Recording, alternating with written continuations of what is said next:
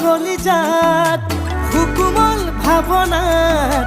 বহুদিনৰ পৰাই ৰাখিছো তোমাক মোৰে জান মইনা ঐ